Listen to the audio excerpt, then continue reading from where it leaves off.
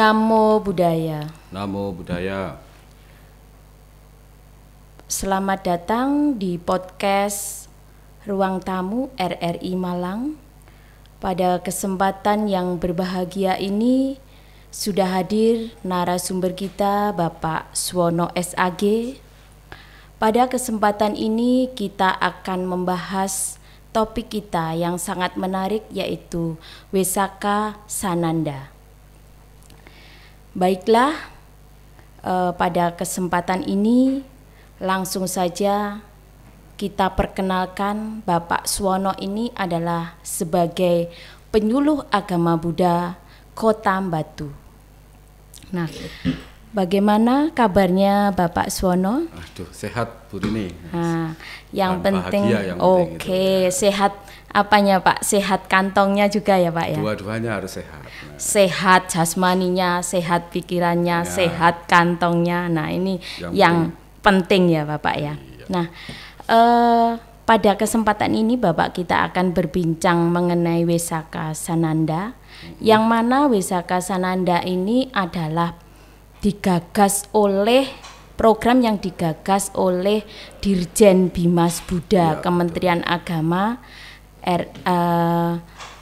RI ya, Betul. Kementerian Agama RI. Jadi begini, kita bicara tentang Wesaka Sananda. Kata Wesaka sendiri itu berkaitan dengan nama bulan. Wesaka itu nama bulan antara Mei dan Juni. Nah, biasanya ini diperingati sebagai hari Trisuci Waisak. Kenapa? Karena di saat itulah umat Buddha merayakan hari kelahiran, hari pencapaian pencerahan, dan hari parinibbana seorang Buddha. Maka disebut Trisuci Waisak. Nah, sedangkan kata Sananda, Sananda ini dimunculkan untuk mengakomodir semua majelis, semua organisasi Buddhis di Indonesia sesuai dengan surat edaran Dirjen Bimas Buddha nomor 67 tahun 2025. Nah, di situ dikatakan bahwa Wesaka Sananda adalah momentum penuh sukacita. Nah, kalau kita bicara sukacita, suka itu adalah bahagia, cita itu adalah pikiran. Jadi pikiran yang penuh kebahagiaan dalam menyambut hadirnya Trisuci Waisak.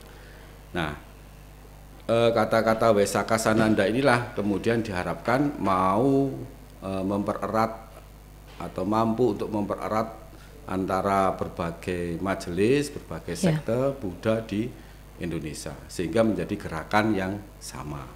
Nah, ini yang mungkin menjadi ide dasar dari munculnya kata Wesaka Sananda. Seperti itu ya. Nggih.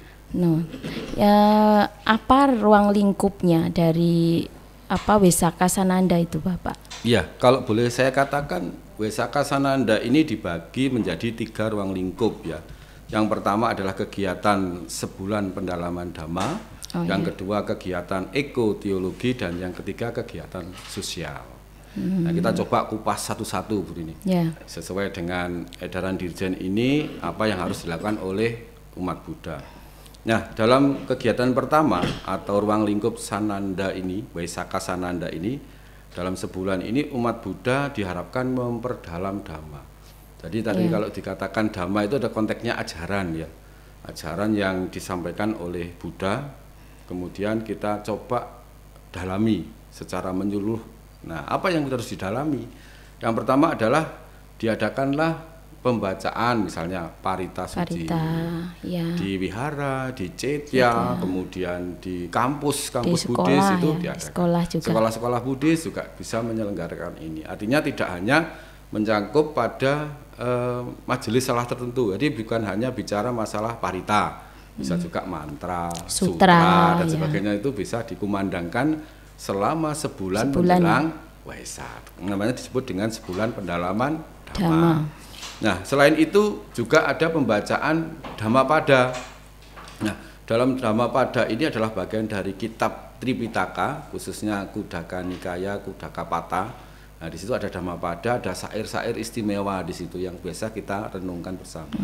Dan di situ tercantum inti ajaran Buddha di syair Dhammapada, khususnya di Buddha Wagga itu 183 yang berbunyi Sabha Papasa Akarana. Artinya tidak melakukan kejahatan. Ini ini perlu dikumandangkan. Tidak melakukan kejahatan itu bukan berarti saya menyuruh Bu Rini saja, enggak. Tapi saya sendiri yang ngomong harus melakukan. Nah, semuanya harus melakukan. Jangan sampai jarkoni. Iso ujar atau iso lakoni. Nah, itu kan seperti itu. Nah, kemudian yang kedua, inti ajaran dari Buddha itu adalah kusalasa upasampada. Jadi intinya adalah sucikan hati dan pikiran. Tambahlah kebajikan. Jadi tidak cukup kita tidak berbuat jahat, tetapi tambah kebajikan. Nah, kebajikan ini kepada siapa? Semuanya, bukan hanya khusus pada umat Buddha. Bahkan kepada semua makhluk. Bagaimana kita menanamkan kebajikan-kebajikan itu kepada semua makhluk. Dan yang ketiga inti dari ajaran Buddha itu adalah sajita pariyodapana. Sucikan hati dan pikiran. Nah, ini bisa dilakukan dengan cara apa? Meditasi. Jadi bukan disucikan itu pakai rinso atau suplin, apalagi dengan mesin suci tidak bisa. Jadi meditasi itulah yang membersihkan hati pikiran kita dari kekotoran batin atau sering disebut dengan kilesa. Yaitu bukan meditabo ya Pak ya? Bukan. Nah, apalagi tidur ya. Meditasi sambil tidur. Gitu. Yaitu meditasi ini mindfulness, artinya perhatian pada apa yang kita lakukan gitu ya.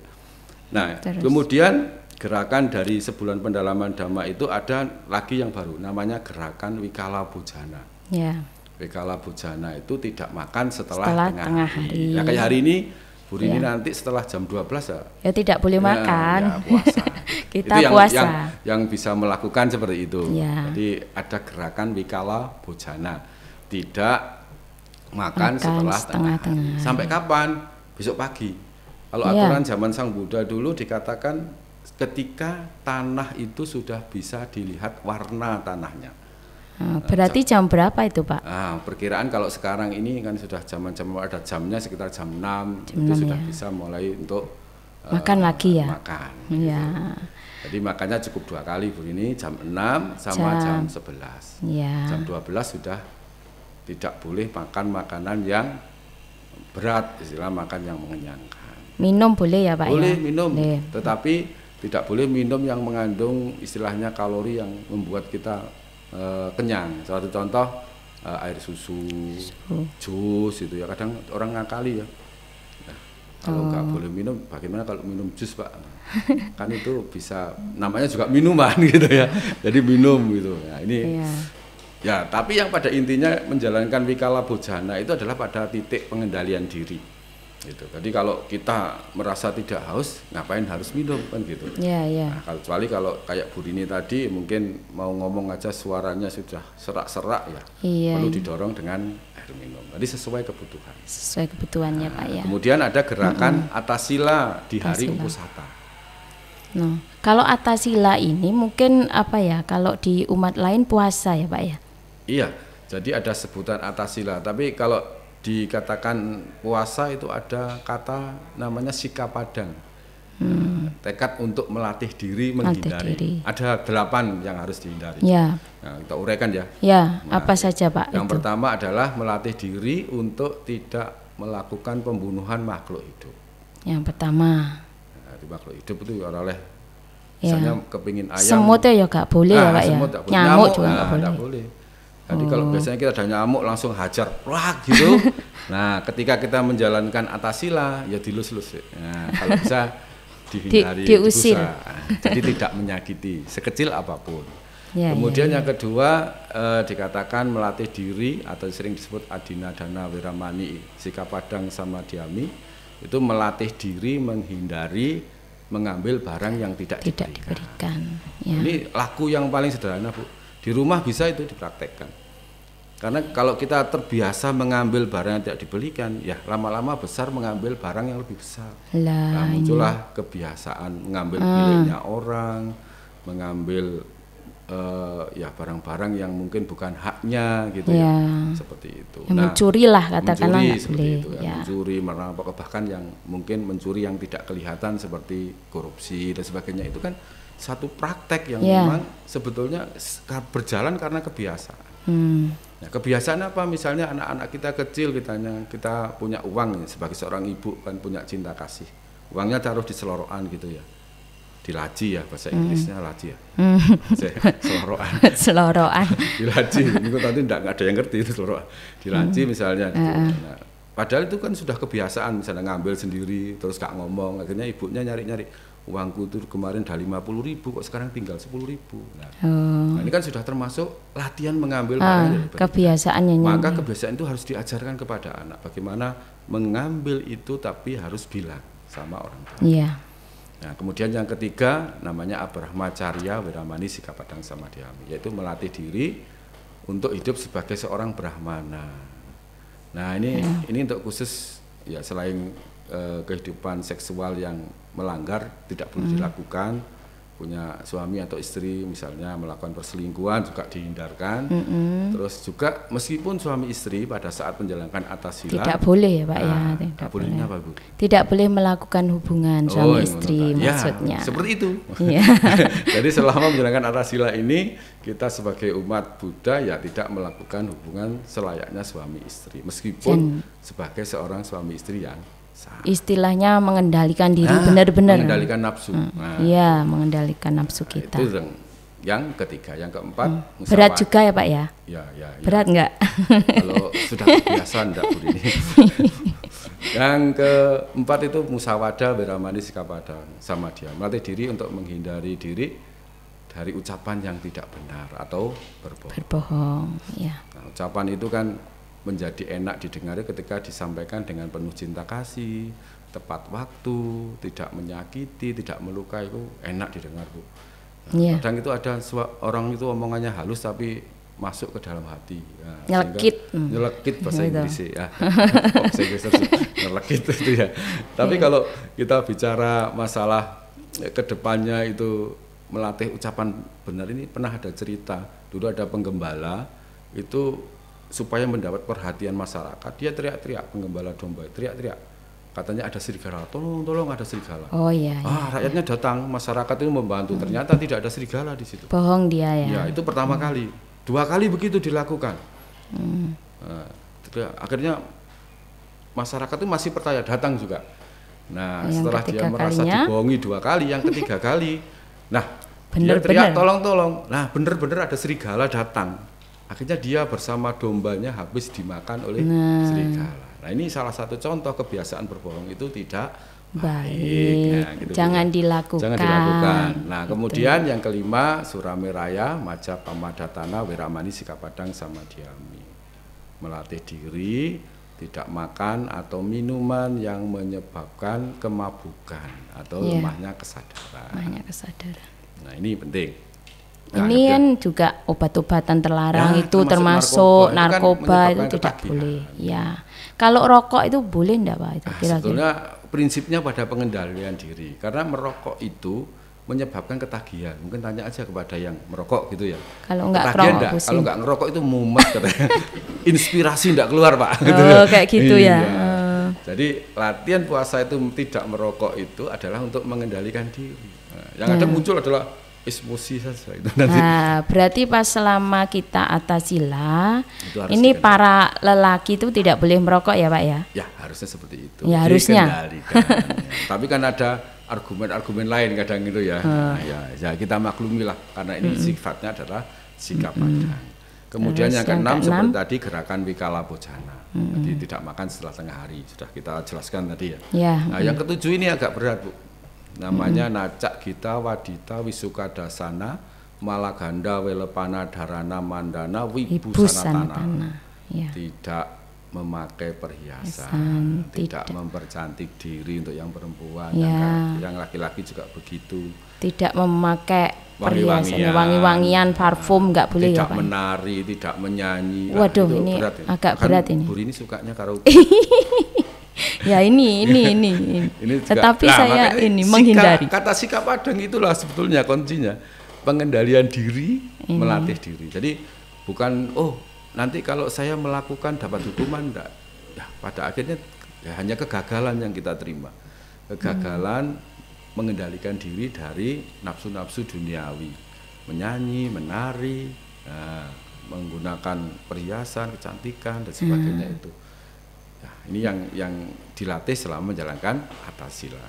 Nah, kemudian yang ke-8 ucak sayana mahasayana. Selama menjalankan asasila, kita usahakan tidur dan duduk di tempat yang sederhana, tidak mewah. Nah, kalau pakai kasur nggak boleh Pak ya? Bed itu ketinggian Bu. Nah, jadi terus kasur kecil boleh? Nah, biasanya di bawah lutut tingginya itu. Nah, boleh. Tapi jangan lututnya orang yang tinggi tambah tinggi itu ya.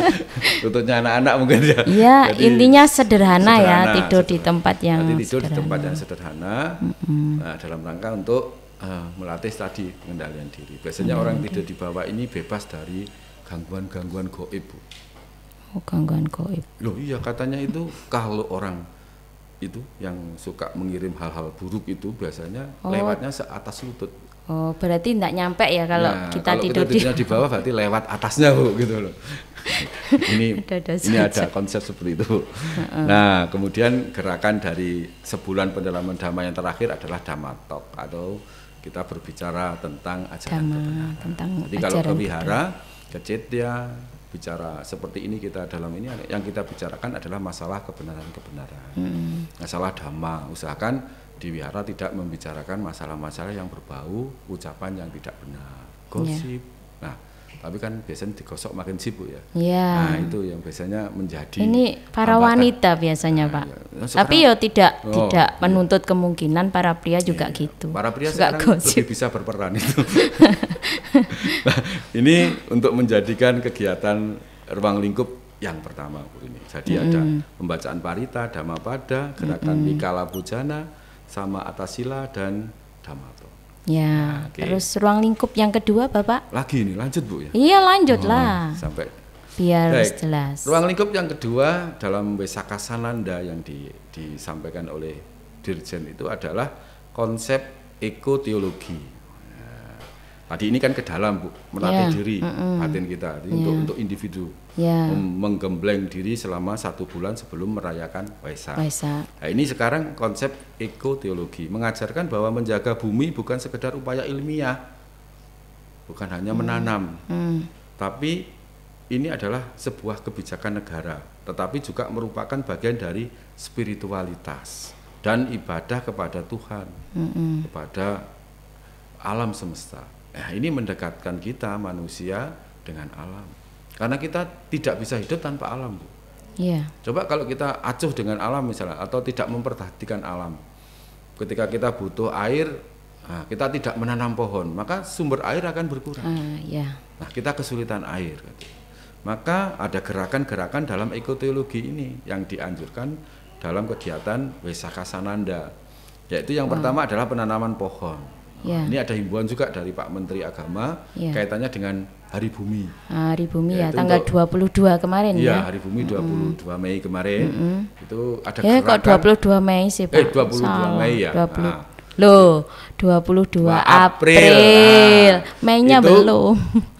Menanam pohon yang dinamakan pohon matoa. Pohon ini asli dari Kalimantan. Papua Pak? Papua. Iya, salah. Dari Papua, kemudian isinya itu kayak kelengkeng katanya. Saya sendiri juga belum pernah lihat. Enak itu katanya rasanya. Enak, ada 3 rasa itu Pak. Katanya begitu. Ada rambutan, rasa durian, sama kelengkeng. Ya. Mudah-mudahan itu menjadi gerakan yang nanti untuk anak-anak kita. Mungkin kita kemarin baru nanam ya, tanggal 27 April kemarin kita nanam, kita mungkin sudah jadi kakek-kakek, nenek-nenek ya, kalau itu tahun 10 berbuah tahun ya. Yang menikmati anak-anak kita ya, cucu kita itu ya. Nah, itu pohon matoa ya, pohon kesadaran, atau disebut pohon kesadaran Bu. Siapa yang menyebutnya begitu? Ini ada sebutan juga pohon kesadaran. Nah, ada bisa penanaman pohon bodhi selain matoa. Khusus yang Buddha, yang beragama Buddha itu pohon kesadaran atau pohon bodhi ya. Nah, kemudian ada gerakan ekoenzim atau pemilahan sampah. Nah, ini budaya yang paling sulit Bu untuk menanamkan kepada khususnya yang membuat sampah. Memilah khususnya sampah rumah tangga itu luar biasa, jumlahnya besar. Memilahkan antara yang organik dan anorganik saja susah, gitu kan. Yang basah dan yang kering. Apalagi nanti ada yang limbah B3 itu yang tidak terurai oleh alam. Nah, itu kan perlu penanganan yang lebih jauh. Ini untuk apa? Untuk menjaga bumi, Bu, merawat bumi. Maka budaya ini harus ditanamkan. kita mungkin sebagai umat Buddha, sebagai penyuluh agama harus gerakan ini disiarkan terus ke umat kita. Kalau sampah itu tidak dibuang pada tempatnya nanti bisa menyebabkan banjir kayak gitu ya Pak ya. Ketika kita bicara sampah gitu ya, terus buang ke sungai aja sudah ya, terus apa banjir. Menyebabkan pemanasan global juga ya, macam-macam ya. Penyakit juga kalau kita sampah basah dibuang sembarangan akhirnya kan tidak terurai kan gitu. Apalagi sampah limbah-limbah yang kaitannya dengan medis itu kan perlu penanganan khusus juga. Nah, kemudian ada juga gerakan dalam ekotologi ini, kalau di kita ini kita kenal dengan function. Oh ya. Function itu pelepasan makhluk hidup. Jadi bukan hanya burung, Bu. Jadi apa saja yang bisa dilepaskan? Ikan, bisa juga apa itu jenis-jenis burung atau unggas itu ya kalau melepaskan. Masa jangan melepas harimau, Bu. Oh iya bisa. Apalagi di perkampungan Bu, di Bogor ya. Kalau melepas harimau di hutan boleh Bu. Kalau melepas sapi di pasar ya Pak ya. Ya kalau melepas sapi sama belantik Bu. Itu lebih tepat di sana. Dilepas. Jangkrik bisa ya jangkrik. Bisa. Ya, jenis-jenis satwa yang mungkin selama ini terkungkung bisa dilepaskan, jangkrik dan sebagainya itu. Sebenarnya manfaatnya apa Bapak melepaskan? Itu menjaga ekosistem. Jadi ekosistem alam ini terjaga. Ketika ada misalnya di sungai, dan selama ini kita ketahui kadang ikannya itu sudah punah. Kita sering pancing, sering apa itu kan habis. Maka ketika kita lepas ikan, maka itu menjaga ekosistem sungai. Nah, ketika kita melepas burung juga menjaga ekosistem di udaranya. Ya. Jadi terjadilah hubungan yang baik antara makhluk satu dengan makhluk lainnya untuk juga ya kesinambungan bumi tadi sama seperti itu. Kalau secara Buddhis apa itu manfaatnya pangsen itu Bapak? Melepas kemelekatan, Bu. Oh ya. Karena apa yang kita raih, kita dapat sekarang ini pada saatnya kita lepas, Bu. Berpisah dengan yang dicintai, nah itu akan kita lepas nanti. Berkumpul dengan yang dibenci itu juga menderita, Bu. Makanya latihan ini penting, melepas itu. Jadi melepas kemelekatan gitu. Ya kayak mungkin gelang yang Ibu pakai ini itu bisa menjadi sumber energi kecantikan tapi juga menjadi sumber energi kejahatan, Bu. Oh iya. Ini kalau ada orang-orang yang menaksir gelang itu langsung bisa dicopet, Bu. Untung kalau gelangnya yang kena, Bu. Kalau tangannya ketut ya. Ya. Oke. Saja. Kemudian ada juga gerakan membersihkan rumah ibadah. Ya menjelang Waisak sebaiknya rumah-rumah ibadah kita, altar kita di rumah mungkin ada, di sekitar kita ada wihara atau cetya, mari kita bersihkan. Ini sudah menjelang berapa minggu ya Bu ya? Kurang 2 minggu mungkin ya, 2 minggu menjelang Waisak pada 12 Mei nanti. Lagi mulai sekarang kita bersihkan. Yang perlu dicat.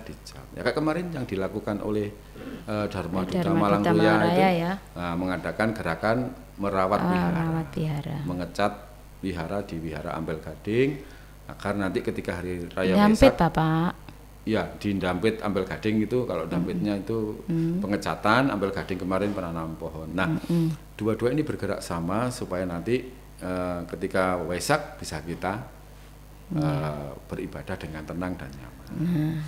Kemudian jangan lupa nanti juga menghias sekolah Buddhis, mungkin rumah ibadah, kantor-kantor Buddhis yang mungkin perlu mendapat pernik-pernik Buddhis. Supaya apa? Supaya mungkin ada rasa senang merayakan dengan sukacita tentang Sananda tadi. Jadi kalau melihat semuanya bersih, indah itu kan senang, bahagia. Ini berarti pasang apa itu? Umbul-umbul ya Bapak ya? Umbul-umbul Buddhis ya. Terus jangan lupa nanti apa itu? Umbul-umbul, selain umbul-umbul mungkin pernik-pernik yang kaitannya dengan nilai-nilai agama, nilai Buddhis. Mungkin bisa dikasih simbol-simbol lampion yang simbolnya Buddhis bisa. Bisa ya. Bentuk stupa atau bentuk cakra dan sebagainya bisa. Atau mungkin dengan hiasan misalnya janur dan sebagainya bisa. Sehingga tradisi Jawanya janur itu kan muncul juga.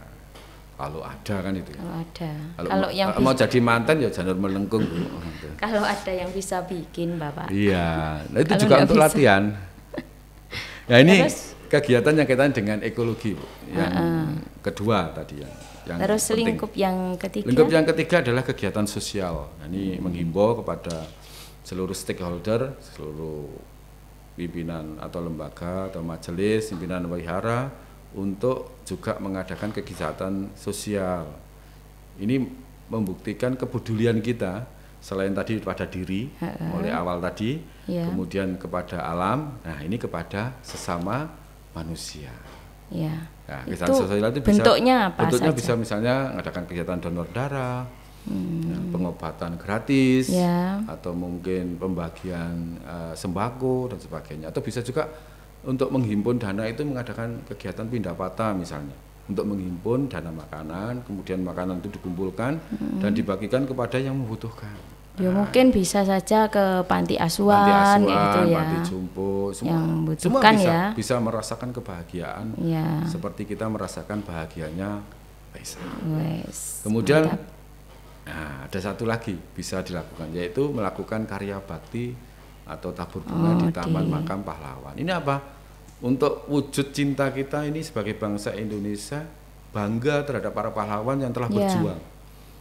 Kita tanpa mereka mungkin kita masa dalam posisi yang dijajah. Nah, dijajah, kemudian kita tidak bisa beribadah dengan tenang. Nah, karena kita bisa merdeka, kita akhirnya bisa beribadah dengan tenang.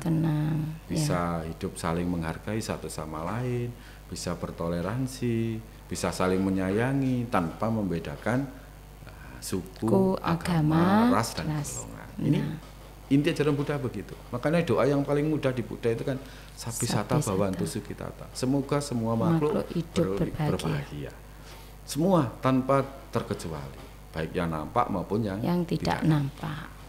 Nah, inilah tiga kegiatan yang mungkin yang bisa dilakukan oleh masyarakat Buddhis dalam rangka menyambut perayaan Waisak, Semarak Waisak atau Sukacita Waisak, sering disebut dengan Waisaka Sananda.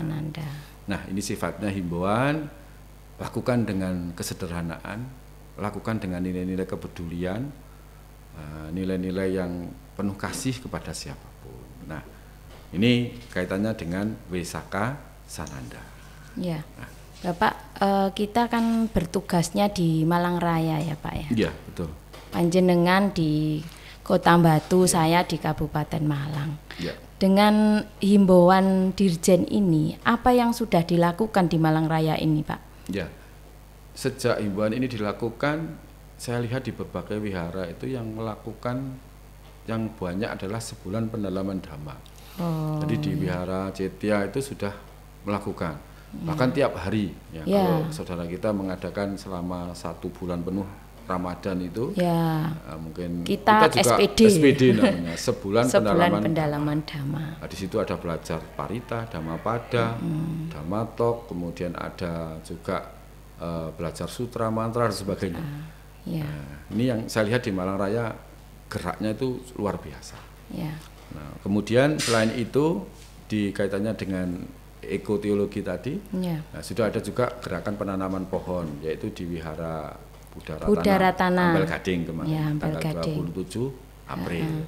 Yang diprakarsai oleh Dharma Duta Malang Raya. Dharma Duta Malang Raya. Nah, nanti pada tanggal 4 Mei 4 Mei minggu depan kita akan adakan kegiatan yang kaitannya dengan kegiatan sosial, yaitu karya bakti di Taman Makam Untung Suropati, Kota Malang. Ini serentak juga, serentak, dan juga mengajak semua stakeholder ya, mungkin umat Buddha yang ada di Malang Raya untuk bergabung bersama dalam rangka mewujudkan rasa cinta tanah air kita, rasa bakti kita kepada bangsa dan negara, dan rasa cinta kita kepada para pahlawan pejuang bangsa.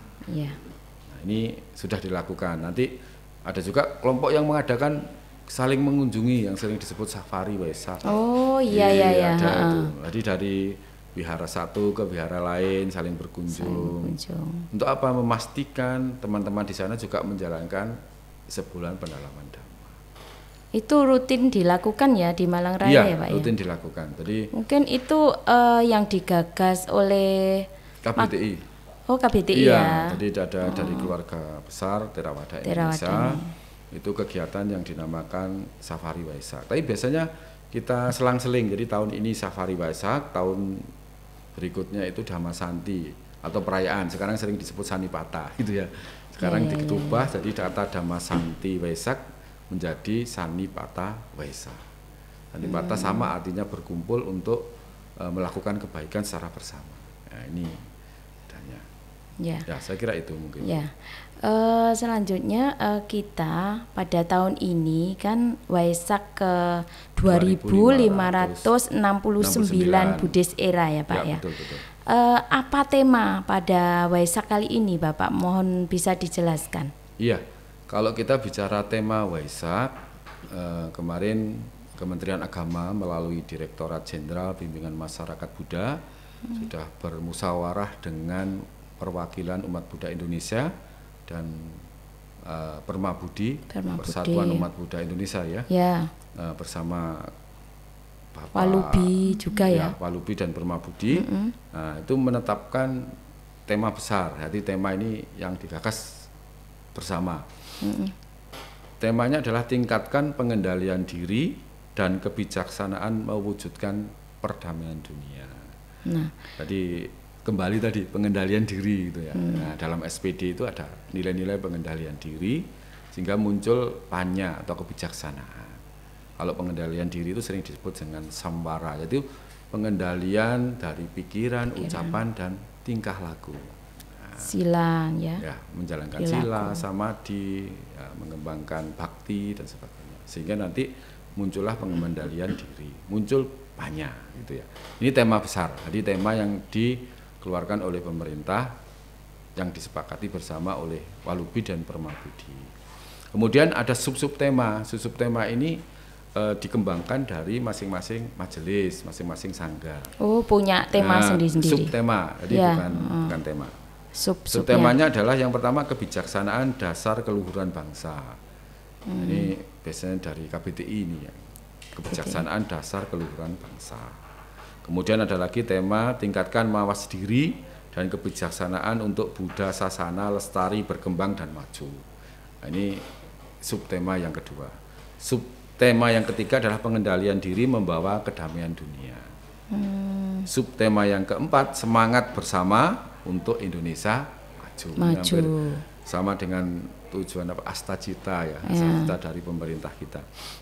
Kemudian yang kelima menjaga sila membangun keluhuran bangsa. Dan yang keenam kekuatan moral membangun kemuliaan bangsa. Ya, kalau diambil intinya adalah pada praktek pengendalian diri untuk meraih kebijaksanaan. Nah, kalau kita bisa mengendalikan diri Bu dari secara lisan, secara pola berpikir kita, secara tingkah laku kita, tindak tanduk kita yang mungkin tanpa menyakiti orang lain, maka otomatis panya itu akan muncul. Panya itu adalah kebijaksanaan. Tahu mana yang benar, tahu yang mana yang salah. Maka perilaku buruk akan tidak berkembang. Nah, harapannya setelah Waisaka selesai, nah umat tetap memiliki perilaku yang baik. Nah, itu harapannya begitu.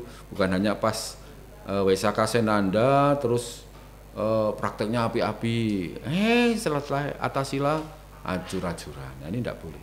Jadi selesai Waisaka Sananda semuanya harus baik dalam diri, dalam lingkungan. Gitu ya.